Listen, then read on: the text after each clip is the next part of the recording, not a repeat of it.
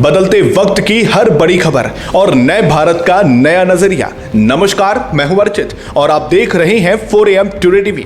बिहार की राजनीति में एक बार फिर बड़ा उलटफेर देखने को मिला है। जिस एनडीए ने 2025 विधानसभा चुनाव में ऐतिहासिक जीत दर्ज की थी, वही गठबंधन अब एक छोटे से उपचुनाव में मिली हार के बाद सवालों के घेरे में आ गया है। मुख्यमंत्री की कुर्सी बदलने के बाद पहली बार जनता ने अपना फैसला सुनाया है। क्या सम्राट चौधरी की अगुवाई में एनडीए कमजोर पड़ रहा है? क्या तेजस्वी यादव की रणनीति काम कर रही है? और क्या ये हार आने वाले दिनों में बिहार की राजनीति का रुख बदल सकती है? क्या है इस पूरी कहानी की सच्चाई? आइए सीधे मुद्दे पर आते हैं और देखते हैं हमारी ये विशेष रिपोर्ट को। इस वक्त की बड़ी खबर आ रही है बिहार से, जहां मुख्यमंत्री सम्राट चौधरी के पद संभालने के बाद एनडीए को बड़ा राजनीतिक झटका लगा है। भोजपुर, बक्सर विधान परिषद सीट पर हुए उपचुनाव में आरजेडी उम्मीदवार सोनू राय ने जेडीयू उम्मीदवार कन्हैया प्रसाद को करीब 340 वोटों से हरा दिया है। इस हार के बाद बिहार की राजनीति में हलचल तेज हो गई है और विपक्ष अब सीधे सम्राट चौधरी के नेतृत्व पर सवाल उठा रहा है। दरअसल यह सीट जेडीयू नेता राधा चरण शाह के इस्तीफे के बाद खाली हुई थी। उन्होंने 2025 विधानसभा चुनाव में संदेश सीट से जीत दर्ज करने के बाद विधान परिषद सदस्य पद छोड़ दिया था। इसके बाद जेडीयू ने उनके बेटे कन्हैया प्रसाद को उम्मीदवार बनाया। माना जा रहा था कि सत्ता में होने का फायदा जेडीयू को मिलेगा और सीट आसानी से बच जाएगी, लेकिन नतीजे पूरी तरह उलट निकले और आरजेडी ने यह सीट जीत ली। सबसे बड़ी बात यह है कि सम्राट चौधरी के मुख्यमंत्री बनने के बाद यह पहला चुनाव था, इसलिए इस हार को राजनीतिक रूप से बेहद अहम माना जा रहा है। विधानसभा चुनाव में बड़ी जीत हासिल करने वाला एनडीए अब एक उपचुनाव में हार गया है। ऐसे में विपक्ष को सरकार पर हमला बोलने का बड़ा मौका मिल गया है।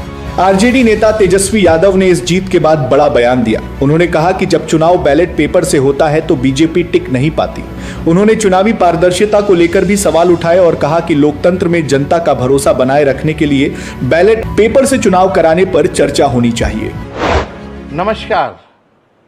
बक्सर भोजपुर एमएलसी उपचुनाव में राष्ट्रीय जनता दल के हमारे जो प्रत्याशी भाई सोनू राय जी की भारी मतों से जीत हुई है।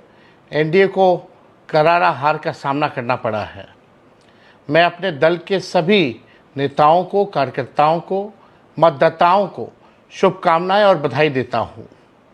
आप सब लोग जानते हैं कि ये चुनाव जो है बैलेट पे चुनाव हुआ है और अगर बैलेट पे चुनाव होगा तो बीजेपी जो है कहीं टिकने वाली नहीं है, एनडीए कहीं भी टिकने वाला नहीं है।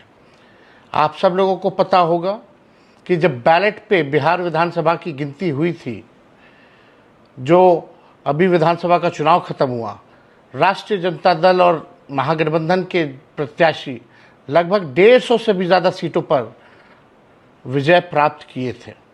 लेकिन सरकार में बैठे लोग मशीन तंत्र, धन तंत्र, छल कपट करके हम लोगों को हराने का काम किया गया।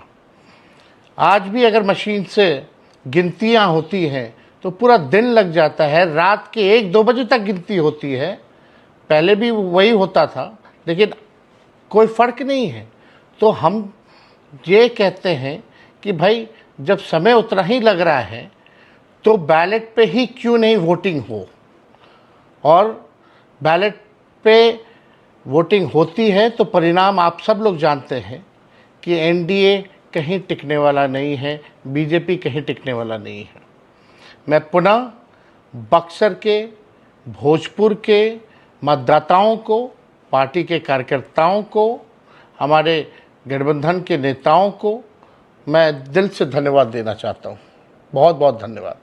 भोजपुर और बक्सर का इलाका बिहार की राजनीति में काफी अहम माना जाता है। यही वजह है कि इस चुनाव के नतीजों को सिर्फ एक सीट की हार या जीत नहीं माना जा रहा। राजनीतिक विश्लेषकों का कहना है कि यह परिणाम आने वाले दिनों में बिहार की राजनीति पर बड़ा असर डाल सकता है।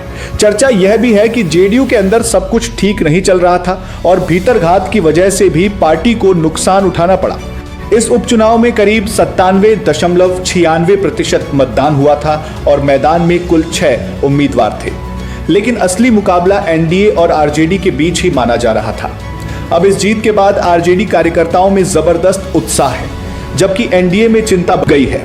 अब सबसे बड़ा सवाल यही है कि क्या यह सिर्फ एक उपचुनाव की हार है या फिर बिहार की राजनीति में किसी बड़े बदलाव का संकेत। आप इस पूरे मामले को कैसे देखते हैं? अपनी राय हमें कमेंट बॉक्स में जरूर बताइए।